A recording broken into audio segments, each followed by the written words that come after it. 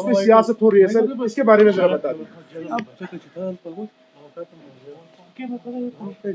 राजभवन के लगाए हुए अफसर अपनी मर्जी से बिना इलेक्टेड गवर्नमेंट की इजाज़त लिए, बिना कंसर्न्ड मिनिस्टर को कॉन्फिडेंस में लिए बुलडोज़र इस्तेमाल करें। इसका सीधा सीधा मतलब ये निकाला जाएगा कि इलेक्टेड गवर्नमेंट को कहीं ना कहीं बदनाम और जलील करने की एक बहुत बड़ी साजिश रचाई जा रही है। इसीलिए हम बार बार कहते हैं कि हमारे डिपार्टमेंट में जो फील्ड स्टाफ हैं उन्हें लगाने की इजाज़त हमें होनी चाहिए। ठीक है, commissioner secretary, principal secretary, additional chief secretary वगैरह आप लगाएं, लेकिन डेवलपमेंट अथॉरिटीज़ के सीईओ वगैरह वो इलेक्टेड गवर्नमेंट के तरफ से लगने चाहिए। रेवेन्यू स्टाफ हमारे इजाज़त से होनी चाहिए। अफसोस की बात यह है कि इन पोस्ट्स पे बिना हमसे मशवरा किए हुए, बिना हमसे बात किए हुए अफसर लगते हैं और फिर वो अफसर कहीं और से डिक्टेशन लेके बुलडोज़र अपना निकाल के कार्रवाई जो है अपनी शुरू करते हैं। इसमें कोई दो राय नहीं है कि ये सब एक साजिश के तहत किया जा रहा है, पर्टिकुलर एक कम्युनिटी को टारगेट किया जा रहा है। अब जब जम्मू की बात करें, क्या जम्मू में सिर्फ यही एक जगह थी जेडीए की जहां पे नाजायज कब्जे का इल्ज़ाम लगा है? मैंने डिपार्टमेंट से अब जेडीए की पूरी लिस्ट मांगी है कि कहां कहां जेडीए की प्रॉपर्टी पे लोगों का नाजायज कब्जा है।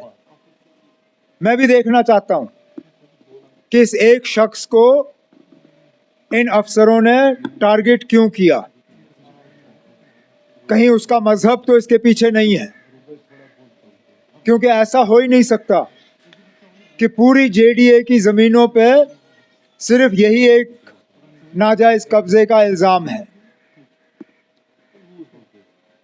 अब हमें कहा जाता है कि हमारे कामकाज में दखल नहीं होता, लेकिन ये तो सीधा सीधा दखल है। कोई मुझे दिखाए फाइल जहां पे मिनिस्टर को इन चीज़ों के बारे में बाखबर किया गया है या कहीं पे हमसे मशवरा करके बुलडोज़र जो है गैराज से निकला गया है। कोई इस बात के हक में नहीं है कि सरकारी ज़मीन का गैर कानूनी कब्ज़ा हो, लेकिन ये लोग जो पिक एंड चूज तरीके से अपने बुलडोज़र का इस्तेमाल करते हैं इलेक्टेड गवर्नमेंट को जलील करने के लिए, उन्हें भी अपनी हरकतों से बाज आना चाहिए। आपको कोई इंफॉर्मेशन है इस बंदे के बारे में कि उसका बैकग्राउंड क्या है, क्या वजूहत है? अगर हमारा लगाया हुआ अफसर ये काम करता तो अभी तक मैंने उसके खिलाफ कार्रवाई की होती, क्योंकि बिना मिनिस्टर के इजाजत के आप इतने बड़े कदम ले कैसे सकते हो? कहीं ना कहीं तो इसमें, जैसे मैंने कहा, मुझे एक साजिश की बू अब दिखनी शुरू हो गई है।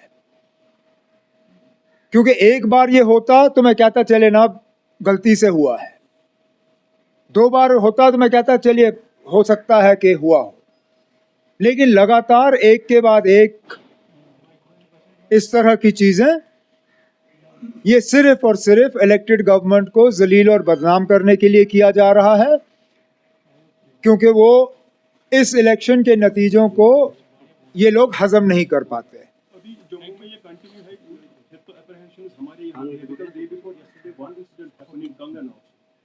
वही मैं कह रहा हूं ना ये हमारे जानकारी में लाई गई कि ये करने जा रहे हैं। ना इलेक्टेड गवर्नमेंट से कहीं इसके बारे में मशवरा हुआ। मैं फिर इस बात को दोहराता हूं, कोई इस चीज के हक में नहीं है कि गैर कानूनी सरकारी जमीन पे कब्जा हो किसी का, लेकिन कब्जे को ठीक करने का तरीका ये नहीं है कि आप पिक एंड चूज तरीके से करें। लिस्ट निकालिए। मैं अभी कहता हूं, जो जेडीए का सीईओ है, जरा छापे लिस्ट, कल अखबार में डाले, जितनी जम्मू में जमीनें जेडीए की गैर कानूनी कब्जे में हैं, जरा उनका लिस्ट निकाले, अखबार में छापे किन किन के नाम हैं। आप देखेंगे ना कौन कौन लोग इनके पीछे हैं। लेकिन चुन के एक मजहब के बुनियाद पे टारगेट हो और यहां पे इलाका देख के टारगेट हो, इसमें जैसे मैंने कहा ना, आप साजिश के अलावा और सियासी साजिश के अलावा और कुछ नहीं है।